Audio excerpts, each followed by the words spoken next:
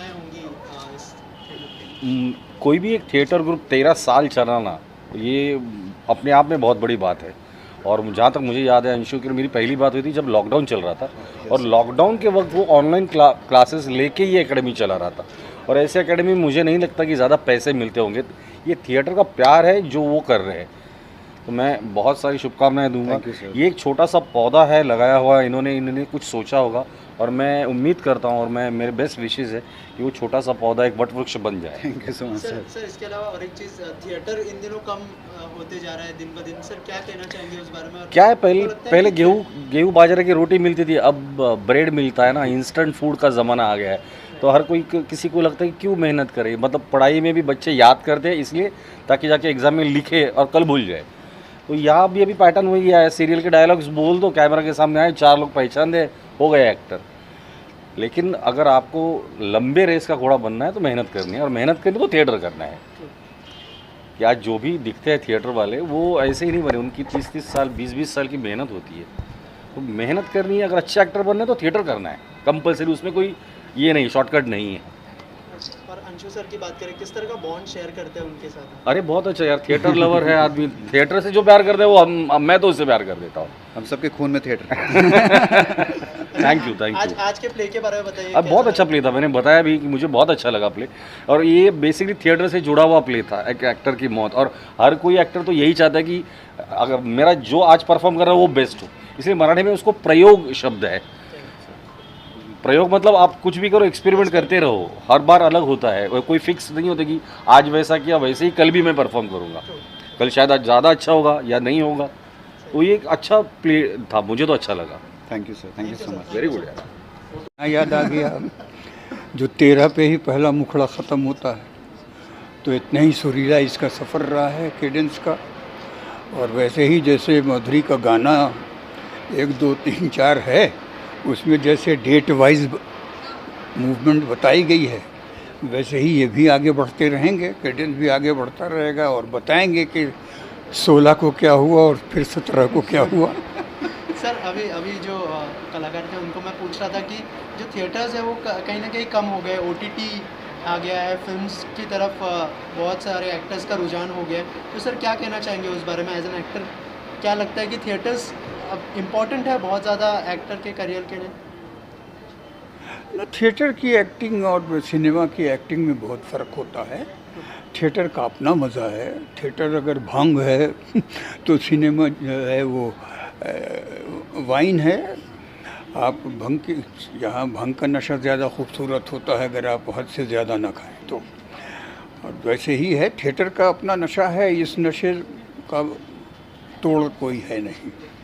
यहाँ हमको जो है वो मेहनत करने का जो मज़ा मिलता है, और तुरंत रिस्पॉन्स मिलने का जो मज़ा मिलता है, तो वो उसका अपना मज़ा है, उसकी अपनी है। इसको कभी थिएटर को हर लोग जो है वो थिएटर को सिनेमा से जोड़ने लगते हैं। मेरे ख़्याल से ये छोड़ देना चाहिए, क्योंकि थिएटर और सिनेमा में ज़मीन आसमान का फ़र्क है। थिएटर अपनी जगह है, सिनेमा अपनी जगह है। तो थिएटर जैसे अंशु हैं, अंशु जैसे और भी लोग हैं, वो लोग मेहनत कर रहे हैं, वो थिएटर अपना एंजॉय कर रहे हैं। ये थिएटर लोग कमाते हैं देखने, ये थिएटर की ट्रेजेडी है। और दूसरी ट्रेजेडी जो है थिएटर की वो ये है कि स्क्रिप्ट नहीं है। ड्रामा हिंदी प्ले तो बहुत ज़्यादा या तो इंटेलेक्चुअल मिलेगा, सूडो मिलेगा, या नहीं तो फिर बिल्कुल वाहियात मिलेगा। तो ऑडियंस जो है वो तो अब तो वैसे भी ज़माना बदल रहा है। ऑडियंस जो है स्लो मूवी अगर अब देखना नहीं चाहती है तो हमारा स्लो प्ले कैसे देखेगी? तो थिएटर वालों को भी मेहनत करनी पड़ेगी, ये सोचना पड़ेगा कि अब थिएटर को और अट्रैक्टिव कैसे बनाया जाए, ऑडियंस को कैसे लाया जाए। उसके लिए जो है वो मंथन की ज़रूरत है, जो थिएटर वालों को करनी चाहिए। सर मिर्ज़ापुर 3 का लोग वेट कर रहे हैं, क्या कहना चाहेंगे? क्या आपकी झलकियाँ उसमें भी दिखेगी? बिल्कुल दिखेगी, बिल्कुल दिखेगी। अब एक बार लिया है तो उनको दोहराना पड़ेगा, रिपीट करना पड़ेगा। आएगा, 3rd सीज़न भी आएगा। और मेरे ख़्याल से वो, उनका कोई भरोसा नहीं है, वो अपनी मर्ज़ी से रिलीज़ करते हैं। 2 साल के बाद शूटिंग शुरू की है, तो फिर वो मार्च तक बोले हैं, तो देखते हैं मार्च में वो रिलीज़ करते हैं कि नहीं। लेकिन हाँ, अगर ये ऑडियंस में जा रहा है ये बाइट, तो ऑडियंस का बहुत बहुत धन्यवाद मैं यहाँ से कर दूँ, और उनसे यही गुजारिश करूँगा कि वो ऐसे ही अप्रिशिएट करें ताकि मुझे और भी काम मिले। सर ओटीटी को कितना एंजॉय किया, आखिरी सवाल क्या कहना चाहेंगे सर, कितना एंजॉय किया ओटीटी को आपने? आई थिंक OTT जो है वो एक रिफ़्रेशमेंट है एक्टर्स के लिए, राइटर्स के लिए, डायरेक्टर्स के लिए, क्योंकि एक मोनोटोनी आ गई थी फिल्मों में भी और सीरियल्स में भी। उस मोनोटोनी को तोड़ा है OTT ने। यहाँ जो सबसे अच्छी बात मुझे पसंद आई है वो ये आई है कि यहाँ राइटर अपनी मर्ज़ी का लिख सकता है, डायरेक्टर अपनी मर्ज़ी से शूट कर सकता है, और एक्टर अपनी मर्ज़ी से परफॉर्म कर सकता है। कोई टेंशन नहीं है, कोई दबाव नहीं है, कोई बोझ नहीं है।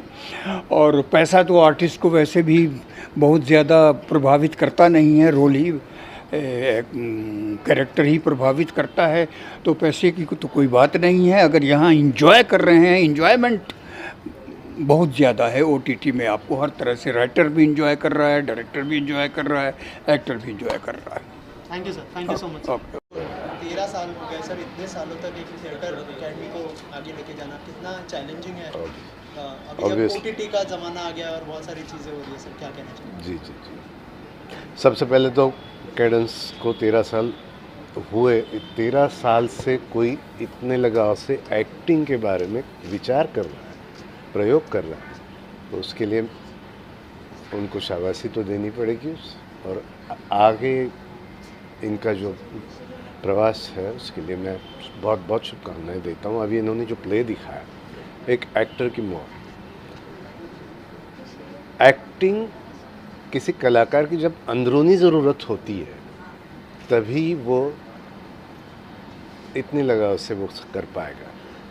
ये प्ले में दिखाया, एक्टर जीता है एक्टिंग के लिए। जैसे हमारी अभी बात हो गई है, आजकल OTT प्लेटफॉर्म और ये सारी चीज़ें बुरी नहीं है, वो बिज़नेस वाली बात है।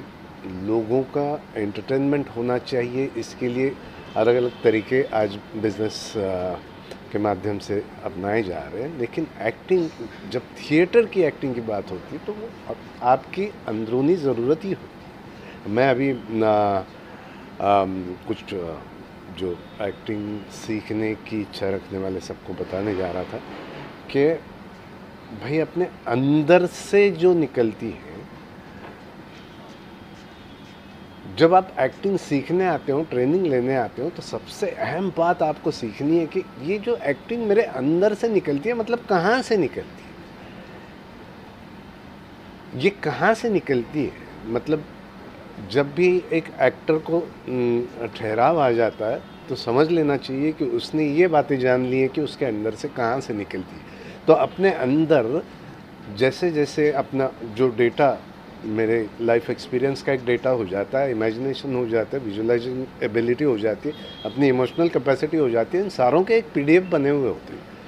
इन सारों के PDF जो है ना, वो रोज़ अपडेट करते रहने चाहिए।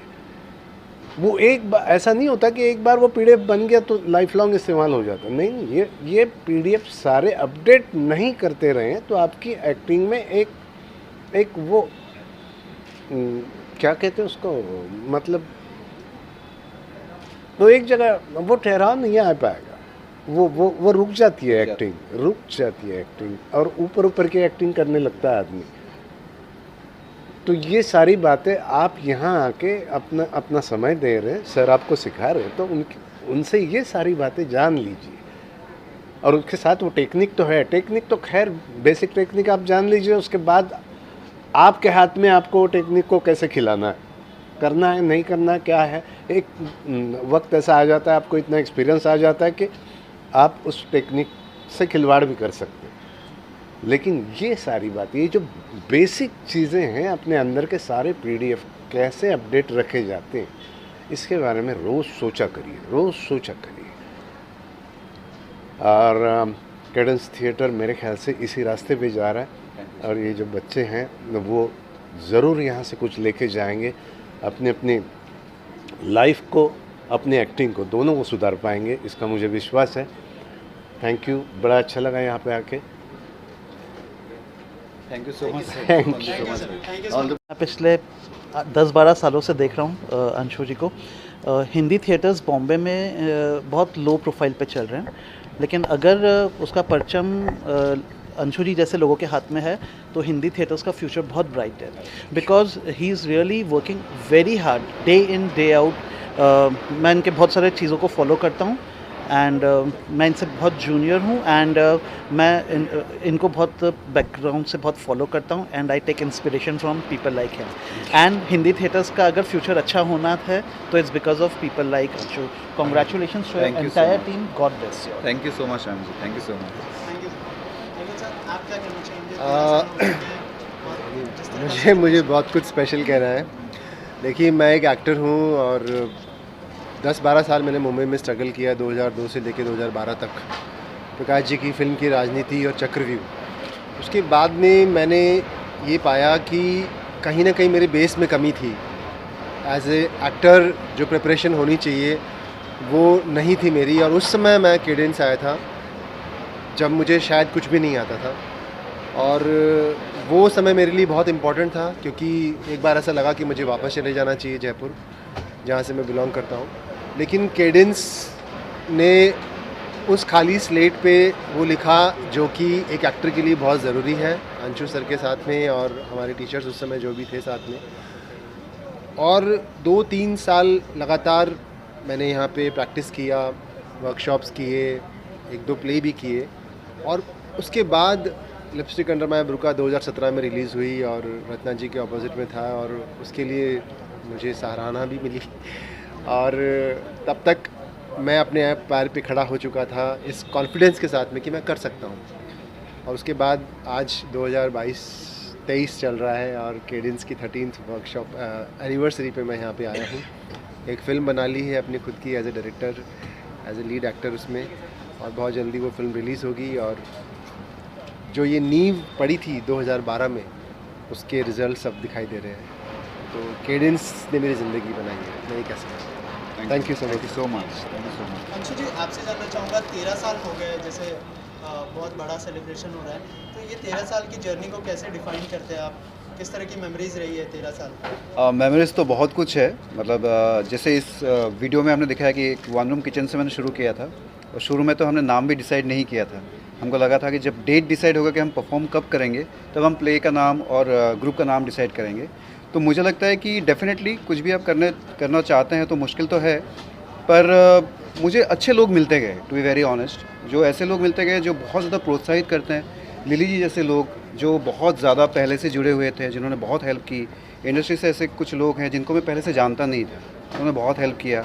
और 2-3 साल पहले जब कोविड शुरू हुआ, आई थिंक एक अलग चैलेंज के साथ केडेंस ने अपना परफॉर्मेंस दिखाया। मुझे याद है कि मैंने व्हाट्सअप वॉइस नोट पे पहले वर्कशॉप लिया था, तो तब जूम भी नहीं था, कुछ भी नहीं था। तो मुझे ऐसा लगता है कि कलाकार कभी भी शांत नहीं बैठ सकते, तो आप कहीं ना कहीं से तो ये शुरू कर ही देंगे। एंड 13 साल का जो सफ़र है वो काफ़ी मज़ेदार रहा। आने वाले 12-13 साल भी मज़ेदार ही होंगे, ये आशा करते हुए हम चल रहे हैं। So thanks to all people, lovely people. मेरे जितने सारे स्टूडेंट्स हैं, जितने सारे एक्स मेंबर्स है, प्रेजेंट मेंबर्स है, सब ने बहुत हेल्प की है। इनफैक्ट मैं कहना चाहूँगा हमारे राइटर्स बहुत अच्छे हैं। दीपक है हमारे यहाँ पे, दीपक सर, दिलीप सर हैं। तो ये जो हमारे इन हाउस राइटर है वो भी बहुत अच्छे हैं, बेहतरीन लिखते हैं। जैसे लिली जी ने एक चीज़ कहा था कि अगर आजकल आपको लोगों को अट्रैक्ट करना है तो राइटिंग में भी चेंज चाहिए ताकि लोग अट्रैक्ट हो। तो हम लोग हमेशा कंटेम्प्रेरी करने की बहुत सोचते हैं, आसपास जो भी चीज़ें हो रही हैं हम प्ले में दिखाएं, तो वो भी एक कोशिश है, और इस तरीके से हम बस कोशिश करते जा रहे हैं। अब 13 साल हो चुके हैं, अब नेक्स्ट क्या होने वाला है? अगर कुछ अपकमिंग प्रोजेक्ट्स या प्लान्स बताएं। प्लान्स तो बहुत सारे हैं। जैसे कि हमने पहले शुरू किया था कि केडेंस में अगर कोई भी एक्टिंग क्लासेस करता है तो फिक्स्ड है उसका प्ले करना, चाहे वो 6 साल का बच्चा हो या 60 साल के बुज़ुर्ग हो, प्ले करना ज़रूरी है। बिकॉज मुझे लगता है कि जब तक आप प्ले नहीं करेंगे बहुत कुछ नहीं जान पाएंगे, क्योंकि आपके अंदर का जो इंस्टिंक्ट है एक्टर का वो सिंक नहीं हो पाता है, मुझे ऐसा फील होता है। तो आने वाले दिनों में हमने ऐसा भी सोचा हुआ है कि हम बहुत सारे और लाइव प्लेस करने वाले हैं, कमर्शियल प्ले होगा। शॉर्ट फिल्म का एक हमने शुरू किया था, बिकॉज कैमरा एक्टिंग भी लोगों को जानना बेहद ज़रूरी होता है, तो हमने 0 बजट शुरू किया था फिल्म बनाना, वो भी काफ़ी हमने किए हैं। कमर्शियल प्ले की तरफ रुख तो है डेफिनेटली, और कुछ प्लान्स ऐसे भी है जहाँ पे हम स्टूडेंट के साथ कुछ एक्सपेरिमेंट करना चाहेंगे। तो ये तो वक्त बताएगा, कोशिश तो रहेगी। Thank you thank you so much, thank you.